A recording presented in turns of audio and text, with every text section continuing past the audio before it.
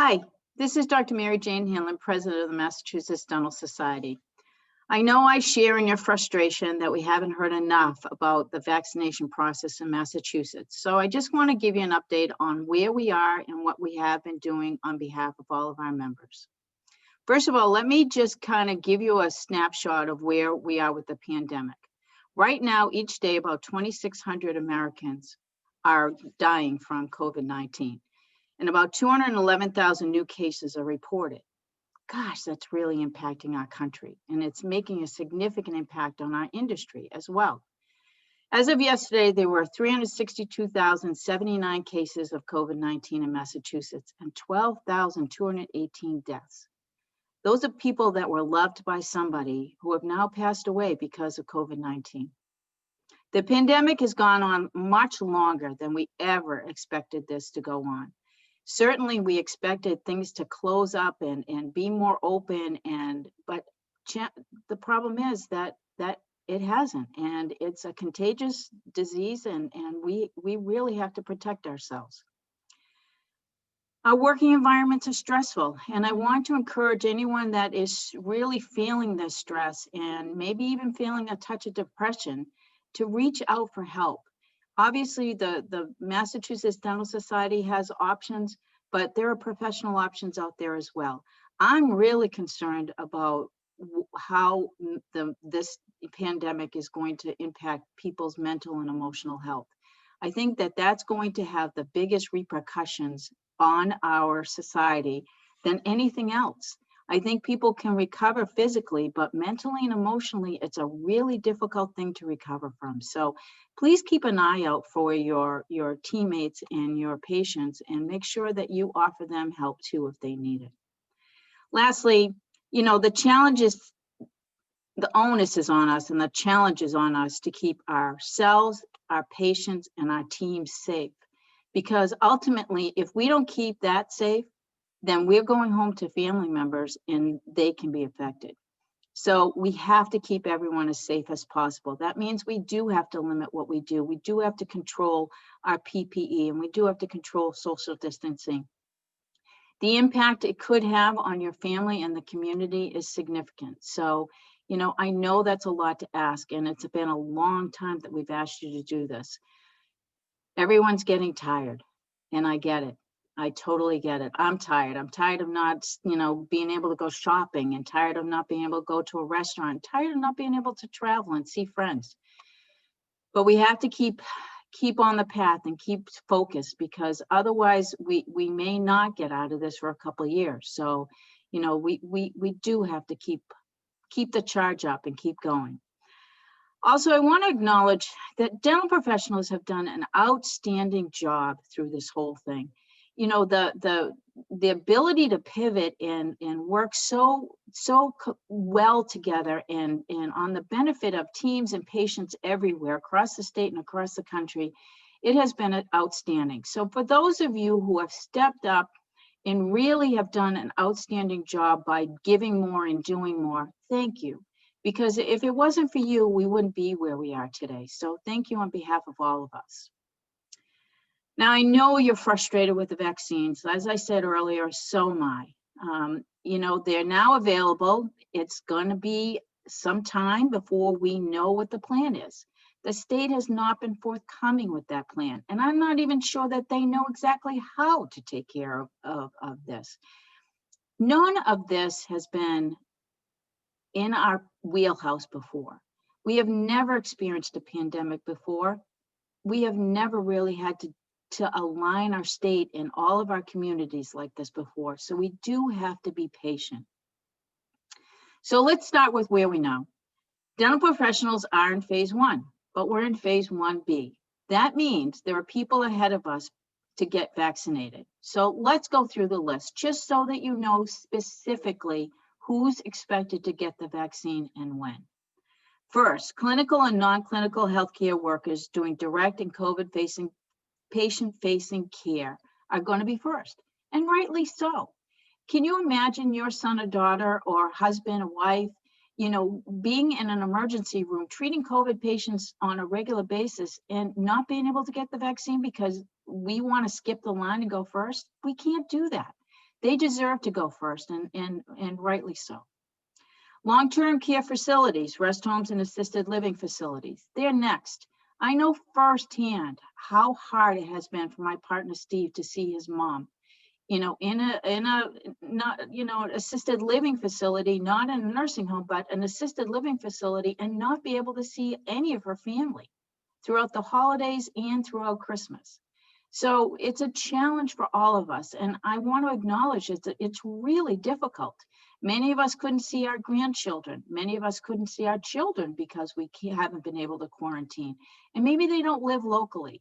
So with all of the stress of the pandemic on our businesses, and then add a lot of this family holiday stress on top of it, I am really concerned about the emotional and the well-being of all of our members.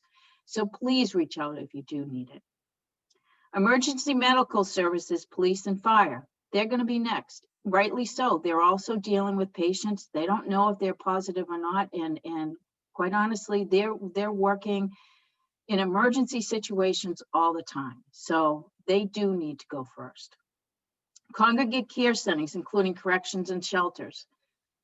They're on the list and they are before us. We just have to give it up. Home-based healthcare workers, they're supporting our elderly neighbors and family members across the state, and they need to be protected as well, because they are the ones that are protecting our loved ones.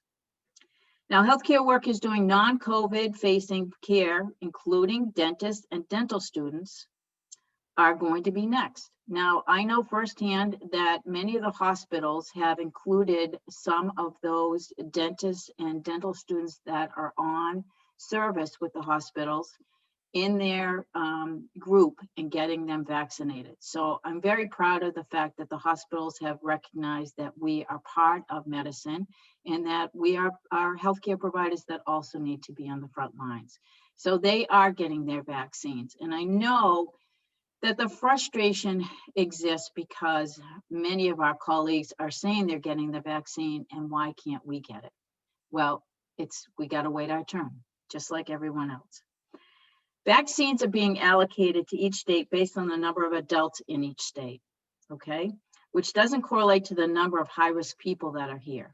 So that's something that you need to be aware of. So for example, in New Hampshire and Vermont, where we don't have the same number of population of dentists in that state, those dentists are starting to get vaccinated because their time has come. But you can't compare states. You have to just let that go. You can't compare states. While CDC put together recommendations for the states on the number of adults in each state, how to dispense the vaccine, each state gets to choose its own plan. So we all understand from the tripartite level that there's a difference between the national, state, and local levels. The same thing exists here. So from a state level, the states are being able to direct traffic on how the vaccine is being dispensed. This is an enormous undertaking for the Commonwealth and the governor. I certainly understand that. So please, we just have to be a little bit more patient. So let me go through a couple of things that MDS has been doing. There's actually been a lot of things that MDS has been doing, but I'm just going to give you an update on a couple of these recent things. There isn't a provider advisory board at the Department of Public Health, at the Health and Human Services level at the state. We actually have two members serving on that committee, and that is Dr. Janice Moriarty, past president of the Massachusetts Dental Society, and Dr. Thomas Trowbridge, who is on the Board of Registration and Dentistry and also past treasurer of the Massachusetts Dental Society. They, along with their hospital non-provider groups, receive weekly updates and provide guidance to the state on dental professionals and the COVID-19 impact that it's had. Yesterday, hopefully you all saw the letter I sent to the governor of Massachusetts. We offered to help with the registration process and communication and logistics for the state, because no one has a better network than we do with the number of dentists that are in this state. Well, maybe the Board of Registration does. And we also ask for a specific timeline because we know you're getting anxious and we know that it's problematic. We wanted to tell you that we also developed an extensive Q&A page on our Mass Dental Society website, and it's massdental.org/vaccine-information. Please check that page out. All of the questions that you might have about the vaccine are right there. We actually have been accumulating questions from calls that are coming into the call center through MDS, and we correlated all those questions and answered all of them in this one page to help make it easier for all of you.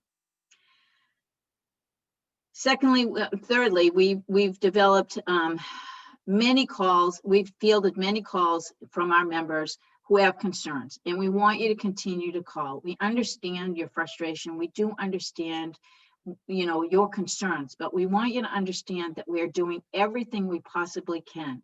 Your board is not sitting idly by. If we aren't talking once a day, myself and the senior leadership team and the executive committee team, that's a surprise. In fact, we could be talking 2, 3, 4 times a day, texting each other back and forth. We are on this and we are trying desperately to get the information that you guys need to feel reassured. Hopefully this message will give you some reassurance that we're doing everything we can.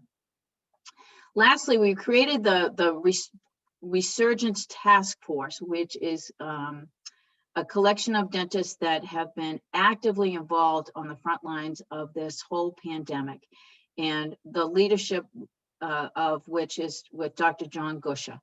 And I will tell you that they have been meeting weekly since COVID-19 started, and they are not backing down on the information they're trying to get to you and the information they try to cull from all different angles, whether it's through the academic angle, which I know about, the private practice angle, and through the healthcare, public health angle. We all have a role on that Resurgence Task Force, and we all contribute so that we can provide you with the most up-to-date information. So what are our next steps? Our next steps is we're relentlessly pursuing answers to the questions: when, where, and by whom these vaccines are going to be coming. And I have to reassure you that, you know, everyone kind of slows down for the holidays. And I know that Thanksgiving to Christmas is a time when some work can be done, but you got to understand people take vacation. People are tired. And some of the work may not have gotten done during that time. But we do expect a big jump off January 2021. So when next week hits, I will tell you that I'm expecting some information from the state, and that I believe the state is going to give us some guidance on how we're going to do this, when we're going to do this, and by whom it's going to be done. We offer to help with communication, we offer to help with coordination, and any kind of support that we could give them. So bottom line is, they know we want to be helpful. They know we have been helpful in the past by giving up our PPE. So I have no doubt that when the time is right, that we will be notified and we will get that information out to you as soon as possible. The MDS Membership Committee is also hosting a webinar, and this is extremely important. And it's scheduled for Thursday, January 7th at 6:30 p.m. Our panelists are going to field your questions and provide details that we have available at the time on the state's COVID-19 vaccine rollout plans for dental professionals. We have assembled a team of informed panelists to provide this update. It includes myself, past President Janice Moriarty, Dr. Thomas Trowbridge, Dr. John Gusha, and Dr. Alec Eidelman.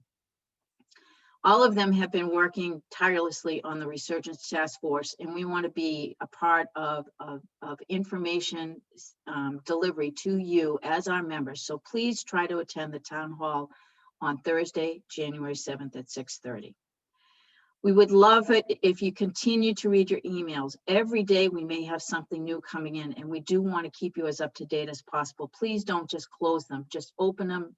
Take a brief run through. I know sometimes you don't have the time, but right now it's really important to pay attention to those updates. And we anticipate that it's not going to be perfect when this rolls out, even for us. Already, I know that it hasn't been perfect for the healthcare providers, that they have had some hiccups. And we got to be patient and understand that this process is going to take us some time. We are going to get through this together. We do have to be vigilant, and we do have to be, on point all the time. And I know that's stressful, and I realize it, and I want to acknowledge it. So with that being said, I want to wish you the happiest of New Year's, and let's hope 2021 doesn't give us a knock punch down like this year. And I have so much hope for 2021, and I'm sure you do as well. Let's get through this together, and as soon as we have more information, I will provide it to you. Thank you.